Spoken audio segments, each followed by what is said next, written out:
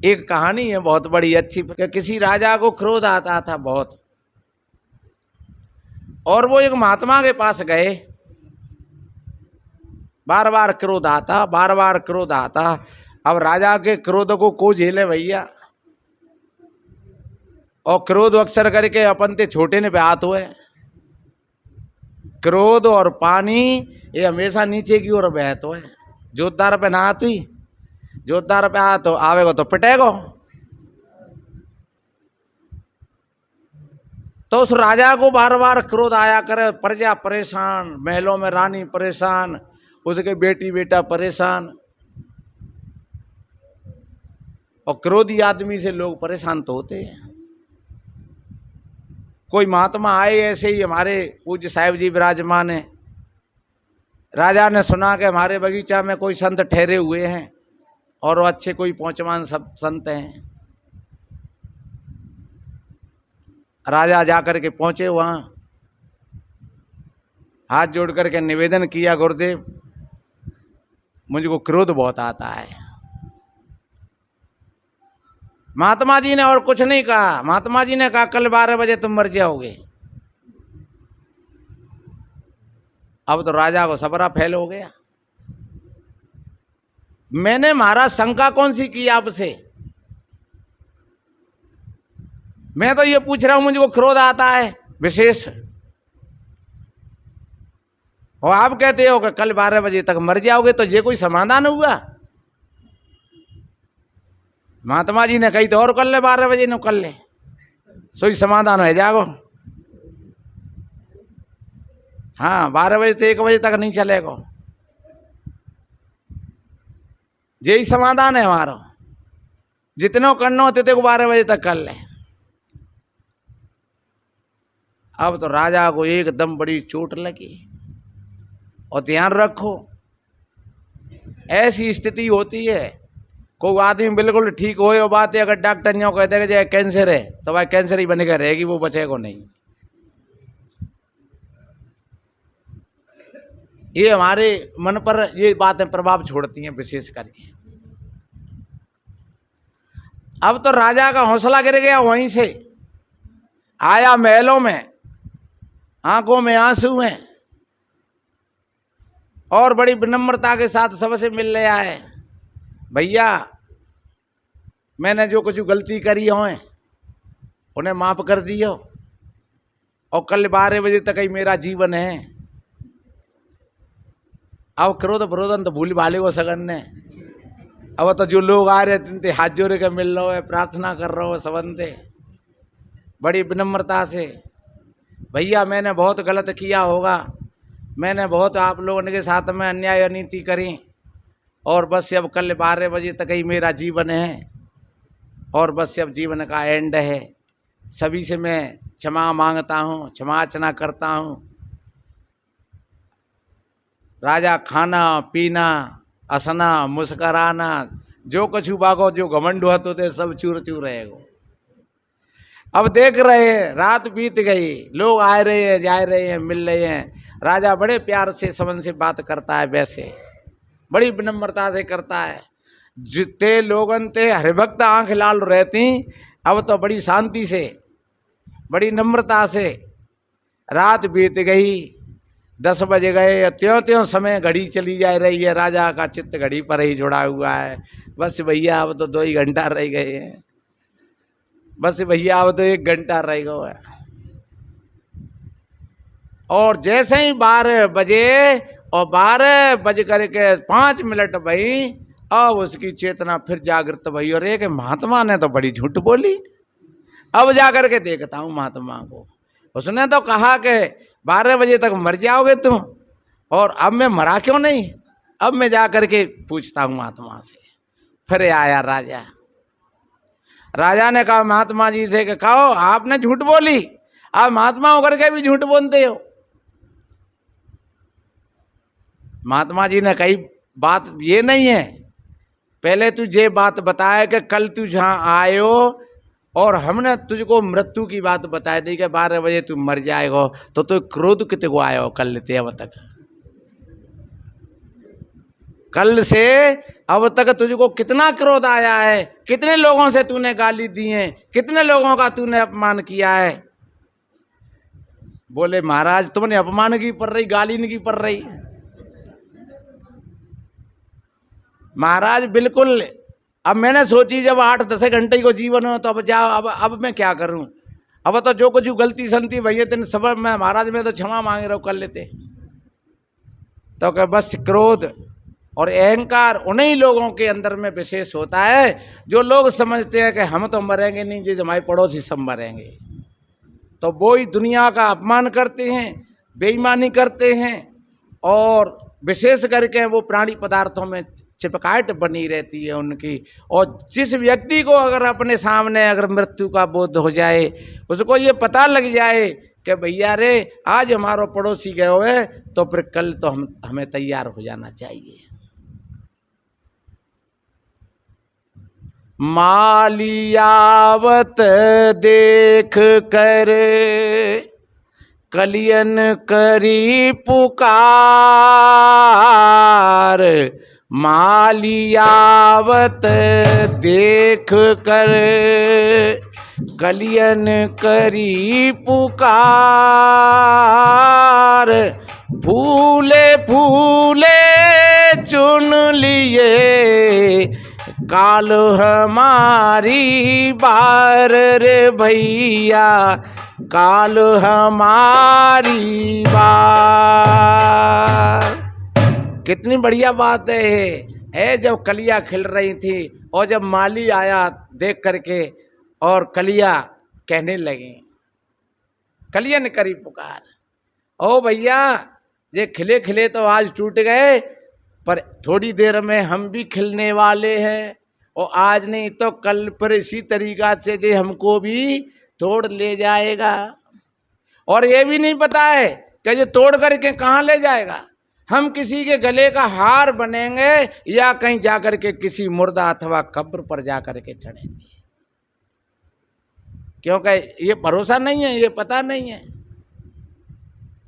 एक ही पेड़ के दो पौधा, लेकिन उनका भाग जुदा जुदा है। और एक पूजा में गया तो एक कब्र पर चढ़ा है। एक ही पौधा के तो दो फूल थे और एक पौधा एक फूल जाकर के और पूजा पर चढ़ गया और एक फूल जाकर के और वो किसी कब्र पर पहुंच गया। तो हम सब एक ही डाली के फूल तो होते हैं। और हम जब ऐसा हमें एहसास हो जाए कि वास्तव में ही आज नहीं तो कल, कल नहीं तो परसों है, एक एक दिन गत सब ही की, कहा राव का दीना हो। कितने मुफलिस हो गए, कितने तबंगर हो गए और खाक में जाकर मिले दोनों बराबर हो गए।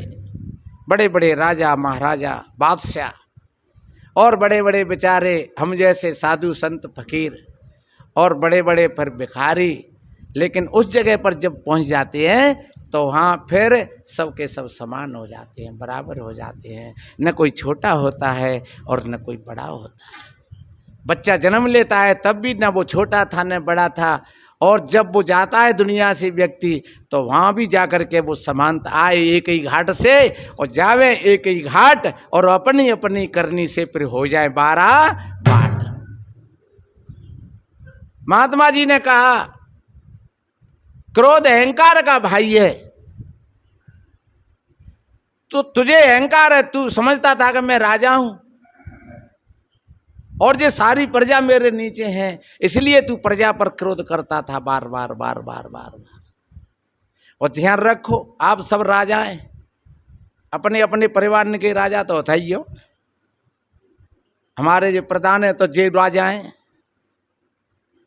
अरे को 50 आदमी के ऊपर राज्य कर रहा हो तो को 500 के ऊपर राज्य कर रहा हो, तो को 5,000 के ऊपर कर रहा है, को 5 लाख के ऊपर कर रहा है, तो को 5 करोड़ के ऊपर कर रहा है तो राजा। और सबके लिए उस नीति वही है, चाहे वो 50 आदमी का मालिक हो और चाहे वो 5 लाख व्यक्तियों का मालिक हो। मुखिया मुख सो चाहिए, खान पान को एक और पाले पोसे सकल अंग तुलसी सहित विवेक। इसलिए मेरे भाई बहनों, उस राजा ने महात्मा जी के पैर छुए और उसको बोध हो गया अपने भीतर का कि महाराज वास्तव में ही आपने मेरे प्रश्न का उत्तर जिस ढंग से दिया मैं तो नहीं समझ पाया, लेकिन अब मेरी समझ में बात आ गई। और निश्चित रूप से ये प्रजा है मेरी, ये प्रजा तो राजा के लिए पुत्र के समान होती है, और मैं अब ऐसा कभी नहीं करूँगा। सज्जनों, इसी तरीक़ा से अगर हमारा भी जीवन हो सके साथ में होता है तो हम भीतर एक एक करके देखते हैं। फिर हमको पत्नी में बुराई नहीं दिखेगी, वो बुराई हमारे अंदर है। फिर बेटा में वो बुराई नहीं दिखेगी, फिर वो बुराई या अंकुर हमारे अंदर में है। फिर पड़ोसी में वो बुराई नहीं दिखेगी। फिर कबीर जी का दोहा याद आ जाएगा कि बुरा जो देखने में चला बुरा ने मिलिया कोय, और जब दिल खोजा आपना तो मुझसे बुरा न कोई। एक पौराणिक कथा है, छोटी सी, एक भजन सुनाऊंगा मैं। बताते हैं, एक बार नारद जी से कहा विष्णु भगवान ने, नारद दुनिया में सबसे जो बुरी चीज है उसको तुम देख करके हमारे पास लाओ। तो नारद जी गए, और ध्यान रखो दुनिया में कोई बुरी चीज है नहीं। एक भैया को कह रहे कहूँ कि भैया गेहूं के संग में बथुआ पानी लग जाता जो कहावत में है। गेहूं पानी लगाए रहो किसान हो, सोच रहो हम बथू उठाड़ो है। बथुआ ने कई भैया सोच का रहो है जाके संग में मुँह पानी लग जाएगो, मैं कहा तू अकेले को कांजन चलावेगो है जी। गेहूं के संग में न को मुँह लग जाएगो।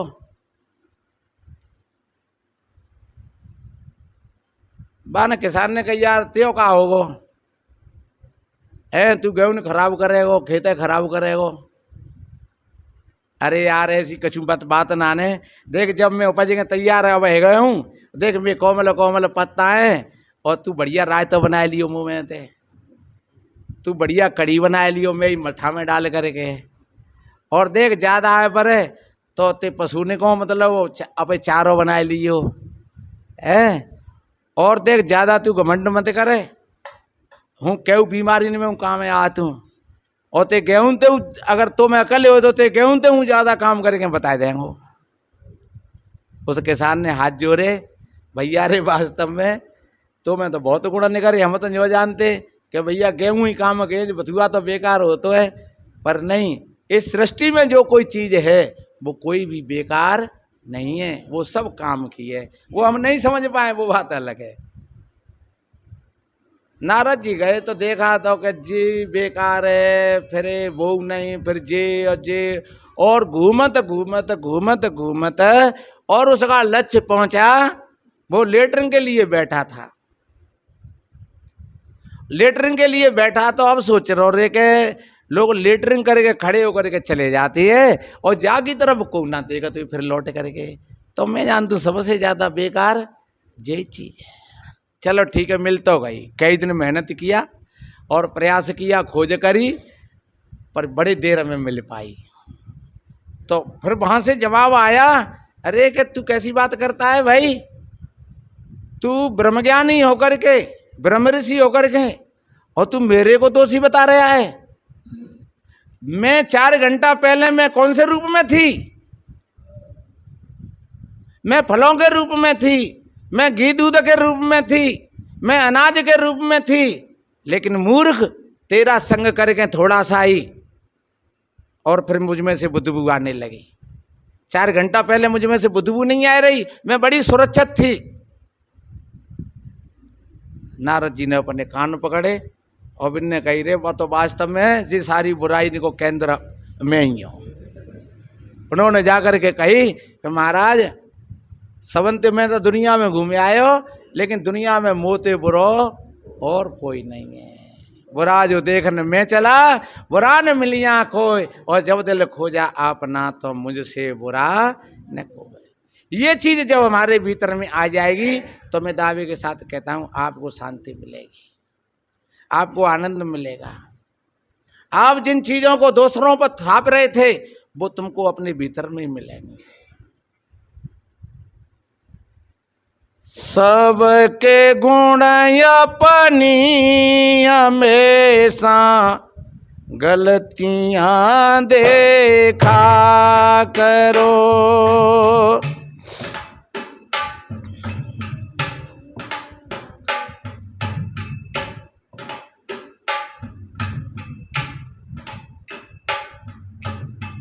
सबके गुण अपनी हमेशा गलतियां देखा करो। जिंदगी में हूँ तुम झलकियां देखा करो। जिंदगी में हूँ तुम झलकियां देखा करो। सबके गुण अपनी हमेशा गलतियां देखा करो।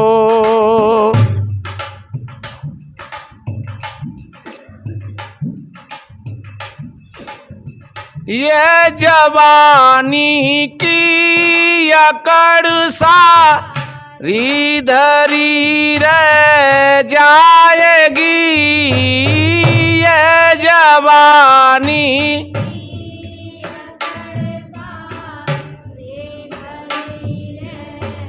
जाएगी। ये जवानी की अकड़ सारी धरी रह जाएगी।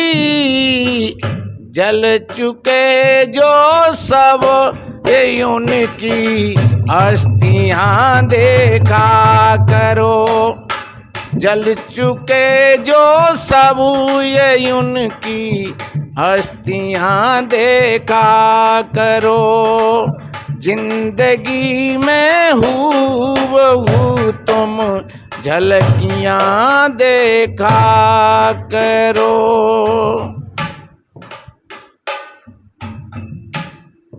किसी विद्वान ने कितना बढ़िया कहा है, सैर करने हम चले, दिल में कुछ अरमान थे, एक तरफ जंगल ही जंगल, एक तरफ शमशान थे। जब पैर हड्डी पर पड़ा तो हड्डी के ये बयान थे, अरे चलने वाले संभल कर चल, हम भी कभी इंसान थे। किसी हड्डी में ठोकर लगी,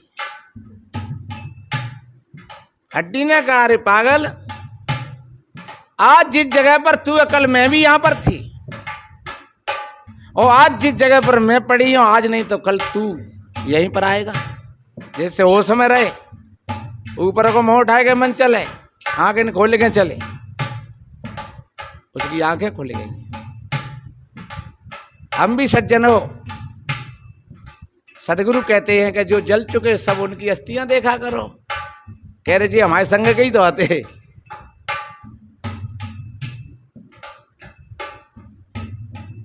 गर सताए आन कर तुझको सिकंदर सा गुरु, गर सताए आन कर तुम को सिकंदर सा गुरु। आते जाते हाथ खाली अर्थियां देखा करो। आते जाते हाथ खाली अर्थियां देखा करो। सबके गुण अपनी हमेशा गलतियां देखा करो। जिंदगी में हूँ तुम झलकियां देखा करो। अरे भैया जर सिकंदर का सब यहाँ रह गया, और मरते वक्त लुकमान भी यूं कह गया, ये घड़ी हरगिज ने टाली जाएगी।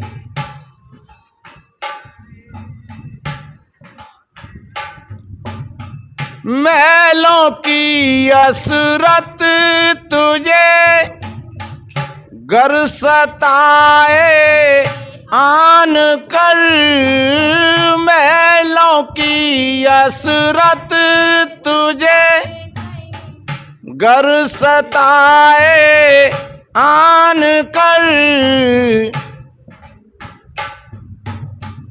उन गरीबों की तुम जाकर बस्तियां देखा करो, उन गरीबों की तुम जाकर बस्तियां देखा करो, सबके गुण अपनी हमेशा गलतियां देखा करो, जिंदगी में हूँ तुम झलकियां देखा करो। अगर कहीं बड़ी कोठी बनी है और उसका अहंकार है तो उन गरीबों की बस्तियों में जाकर के देखो, या कहीं ऐसी हीन भावना अपने अंदर में हो, कह रहे मेरे पड़ोसी को 4 मंजिल को बनना हो, मैं तो 1 ही मंजिल को रहेगो, अरे तो ने को पीछे देखिया तो 1 मंजिल को तो है, लेकिन बिन पे बेचारे ने पे आधी मंजिल को नाने आती। इसलिए मेरे बहन भाइयों,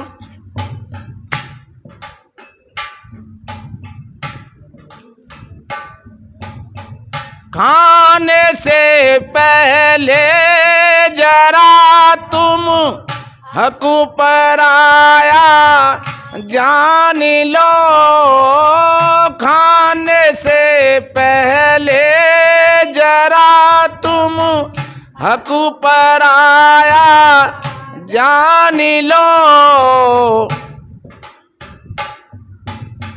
कितने भूखों की इसमें रोटियां देखा करो, कितने भूखों की इसमें रोटियां देखा करो, सबके गुण अपनी हमेशा गलतियां देखा करो, जिंदगी में हूँ तुम झलकियां देखा करो।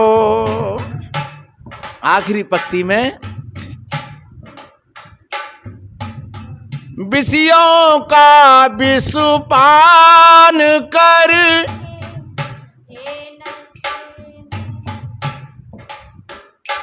हाँ विषयों का विषपान करगा, फिर नशा में चूर है, विषयों का विषपान गाफिल नशा में चूर है,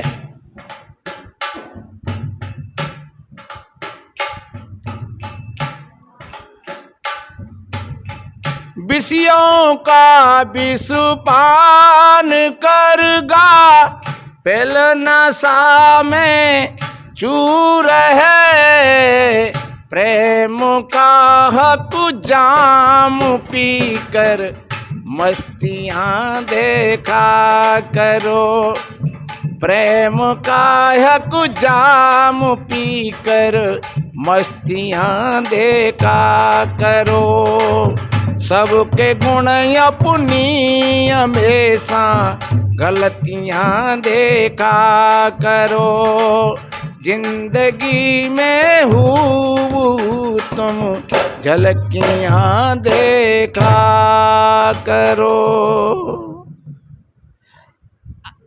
आप अगर इस तरीका से अपने भीतर में झांक कर के देखना शुरू कर दोगे तो तुम सारी बीमारियों को अपनी पकड़ में आ जाएंगे, पकड़ लोगे, और जब बीमारी पकड़ में आ जाती है फिर उसको ठीक होने में भी कोई देर नहीं लगती है। खतरा तो जब तक रहता है कि रोगी और दवा कछु और क्यों हो वे जीना, और अक्सर करके ऐसा ही हो जाता है। एक बार हमारे एक हरिओम बंसल है जहाँ दवाई भवाई सी देते रहते है, तो जब लौंग ऊपर पे कोई एक वैद्य आएगा, होगा बेचारो वैसो ही कब। और दवाई तो आजकल दुनिया दे देते हैं और बता देते हैं, तो बाने कहीं में सांस की मर्ज की दवाई दे दे तो। अरे तो क्या हमारे कबीर आश्रम पे एक महात्मा है, सांस की मर्ज है, और तुम चल करके वहाँ दवाई दे दोगे तो बड़ी अच्छी बात है। तो क्या चलो, और तो फिर भाई नहाए धो लेंगे। हाँ क्या भाई नहाएंगे धोएंगे वहीं भोजन पाए लेंगे। जहाँ तखत पड़ा हुआ था हम यहीं बैठे, तो पहले वो यहीं आए, उस हरिओम ने तो जे इशारो करो बात है कि वो साहिब जी बैठे हैं, तो वो तो जे कहे वो चाह रहे हो कि जहाँ के जी महात्मा है। और बा ने कहा समझी के जी नहीं होगी वो बीमारी, तो वाने आवत खे बाने ने पूछा ने बताई, वाने भी हाथ वाथ पकड़ो न्यो। मैंने कहा अब्बू बा गेट बैठाड़, अब वो भीतर भीतर हमें झिका कर मामला है, और मैं बैठो बढ़िया खूब देख देख के कही आप वैसे तो बढ़िया हो, अच्छे हो, पर तुम्हें एक ही चीज़ परेशान कर रही है। मैं कौन सी? क्या वो सांस की मर्ज है आपको? मैं नाने बे तो दूसरे महात्मा है। अब बेचारे में बड़ी शर्म सी पड़ी। अरे अब देखो बताओ दे बू ऐसे रहो, अरे जेत हो रही है, वे तो आप रसोई में बैठे हैं, अब हूँ तो बिन की कह रहे हो। अरे यार तो इसलिए रोगी और दवा कुछ और ही क्यों हो गए जी ना। और अमृत के धोखे में तूने जहर पान कीना, पस के जड़ा इतिहास बंधन में मूर्ख गुरुपद नहीं चीना। इसलिए मेरे बहन भाइयों, अगर हम जाग करके देखें तो हम अपनी बीमारी का हम स्वयं इलाज कर सकते हैं। और ठीक तरीक़ा से मैंने 2-3 उदाहरण पेश किए अपने जीवन को ठीक बढ़िया बनाने के लिए। पहला जो उदाहरण था, एक राजा का जो भारी आवेश में रहता था, तो उसको महात्मा ने मृत्यु का दिन दर्शन करा दिया था, तो उससे उसका अहंकार गिर गया और वो अपनी ठीक स्थिति में आ गया। उसके भीतर के जो सद्गुण थे वो जागृत हो गए। दूसरा उदाहरण, बुरा जो देखने में चला, तो वास्तव में ही नारद जी को ये ज्ञान हो गया था कि अगर संसार में सारी बुराई है तो वो अपने अंदर में है। जब अपना चश्मा बढ़िया होता है तो दुनिया अच्छी लगती है, और जब अपना चश्मा बेकार हो जाता है तो दुनिया बेकार हो जाती है। अपना कैमरा बढ़िया है तो कारे कबूड़े चित्र हों पे बढ़िया आ जाएंगे, और अपनो कैमरा बेकार होए तो बढ़िया बढ़िया चित्र बेकार हो जाते हैं। इसलिए हम हमेशा अपने कैमरा को बढ़िया बनाएं तो हमारा जीवन अच्छा बनेगा, सुंदर बनेगा। इस भजन के माध्यम से मैंने निवेदन किया कि हमेशा अपनी गलतियों को देखा करो, धीरे धीरे निखार करते चलो, और अपनी झांकी, अपने भीतर की झांकी है, अपनी झांकी देख चुके तस्वीर बिरानी क्या देखें, और दर्शन अमरता का हुआ तो फिर रूप बिराना क्या देखें। इसलिए मेरे बहन भाइयों, हमारे पूज्य साहिब जी विराजमान हैं, और जो अब तक जो सत्संग दीपावली से और होली तक जो 3:30 बजे तक का रखते थे, अब आज से हम साहिब जी के माध्यम से 4 बजे तक सत्संग रखेंगे, और फिर 4 बजे तक ही रहा करेगा है। और सभी भाई बहनों को शुभ मंगल कामनाओं के साथ, और संतों का यही भाव होता है, सर्वे भवन्तु सुखिनः, सर्वे सन्तु निरामया, सर्वे भद्राणि पश्यन्तु मा कश्चित् दुख भाग भवेत्। सभी के जीवन में आनंद हो, सभी खुशहाल हो, स्वस्थ हो।